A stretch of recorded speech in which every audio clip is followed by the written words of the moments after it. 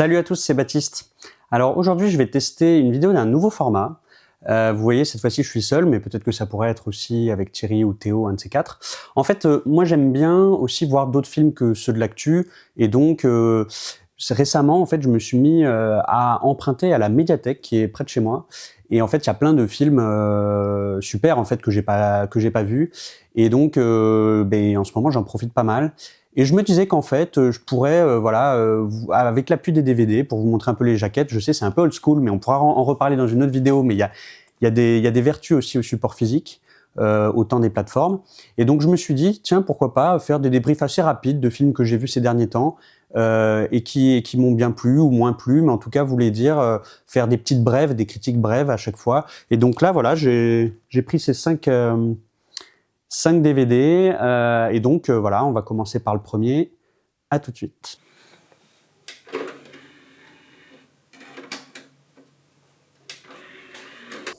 Alors le premier film sur la pile dont je voulais vous parler, c'est Le Trésor de la Sierra Madre de John Huston. Et donc ça, c'est un film de 1948. Et alors John Huston, c'est un cinéaste de l'âge d'or de Hollywood. Et c'est un cinéaste vraiment très éclectique, très prolifique évidemment, mais éclectique. C'est-à-dire que il a touché à pas mal de genres et il a réussi dans pas mal de genres. Donc ça, c'est un film d'aventure, mais il a aussi été l'un des précurseurs du film noir, notamment avec Le Faucon Maltais ou The Asphalt Jungle. Il a aussi fait en fin de carrière un mélodrame un peu intimiste qui s'appelle Les gens de Dublin. Il a fait une adaptation d'un roman réputé un petit peu inadaptable du XXe siècle qui s'appelle Au-dessous du volcan, c'est une très bonne adaptation. Voilà, il a fait aussi Freud, Passion secrète, qui est une biographie sur Freud et qui est aussi, à mon sens, une très bonne adaptation. Donc voilà, c'est un de ces réalisateurs de Hollywood que j'aime beaucoup. Et notamment, alors, Le Trésor de la Sierra Madre, c'est vraiment un très très grand classique, hein, vous connaissez peut-être le nom. C'est un film d'aventure avec Humphrey Bogart, qui est un acteur évidemment clé de cette période. Et en fait, c'est l'histoire de 3 chercheurs d'or qui vont collaborer pour dénicher un trésor qui est enfoui dans la Sierra Madre. Et donc, ils vont avoir des obstacles avec les bandits locaux, les autorités, notamment. Mais en fait, il va s'avérer que le plus grand des obstacles, ça va surtout être entre eux, puisqu'en fait, la paranoïa entre eux et la méfiance va grandir, et surtout chez le personnage principal qui est incarné par Humphrey Bogart. Et Humphrey Bogart a incarné des rôles évidemment de héros au cinéma, mais dans ce film-là, autant c'est le protagoniste principal, autant ce n'est certainement pas un héros, puisqu'il va sombrer progressivement vers la folie. Et évidemment, je ne vous dis pas le déroulé du film. Mais en fait, ce film-là, moi, j'ai vraiment adoré parce qu'en fait, c'est vraiment un exemple éclatant de l'économie de moyens à l'Hollywood de l'époque. En fait, dès les premières scènes, les personnages sont campés, le décor est planté. Et les films d'aujourd'hui d'aventure, qui durent 2h20, 3h, parfois même plus, ferait bien de s'inspirer de cette économie de moyens, de cette efficacité dramatique.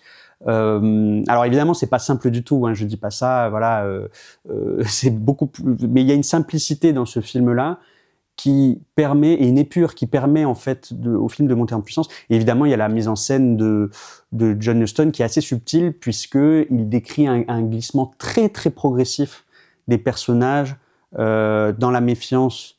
Et donc c'est d'autant plus crédible en fait.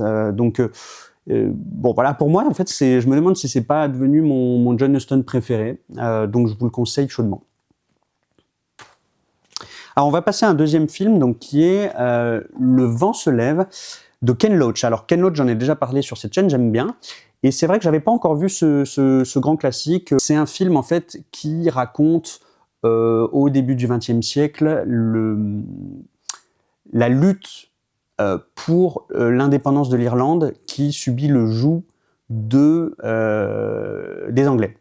Et donc le film nous met extrêmement rapidement et abruptement dans la violence et et le côté implacable de cette occupation anglaise. On a oublié à quel point les Anglais pouvaient être brutaux, mais nous aussi, Français évidemment, dans les aspects coloniaux.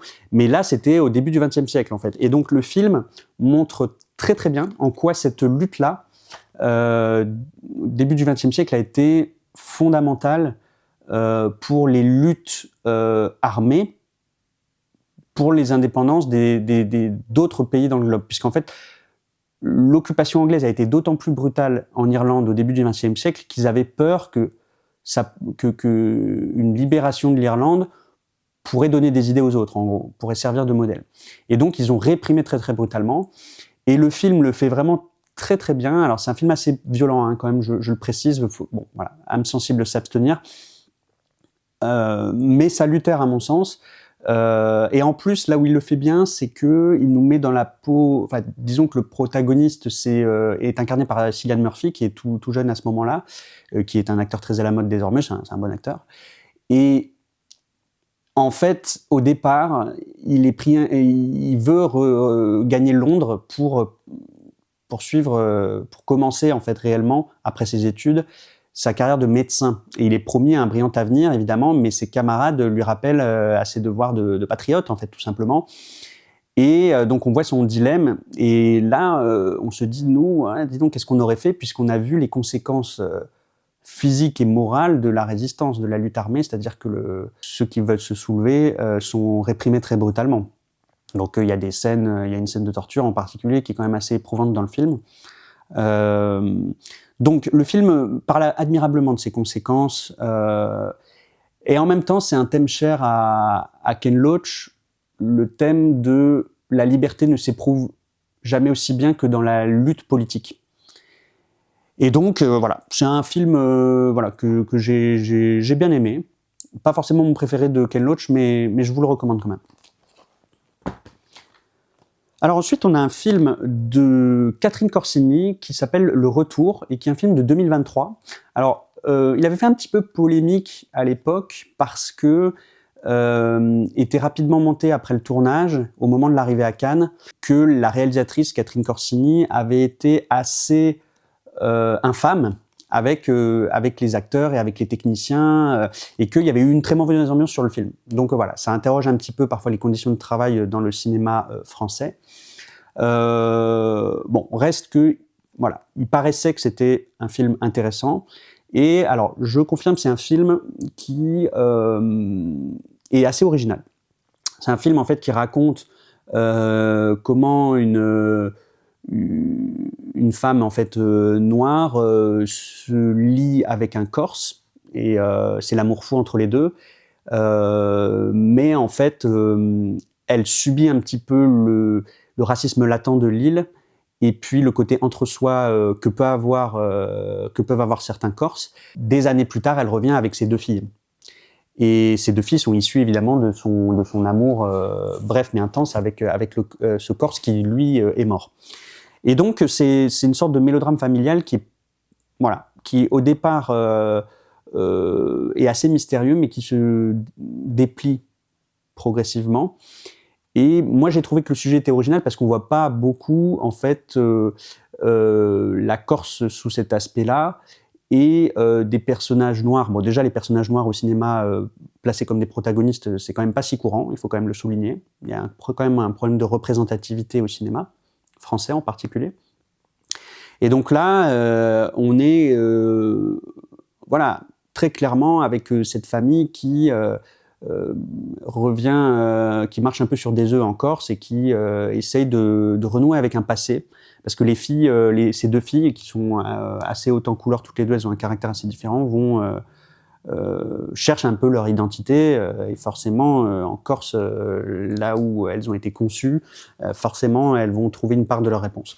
Donc bon, c'est un film moi que j'ai bien aimé. Après bon, je trouve quand même qu'il y a des problèmes au niveau de certaines péripéties.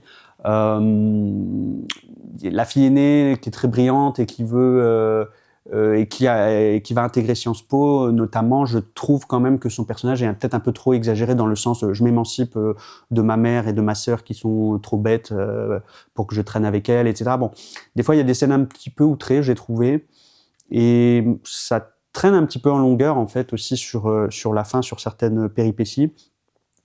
Mais bon, voilà, quand même un point bonus pour un film qui est somme toute assez original.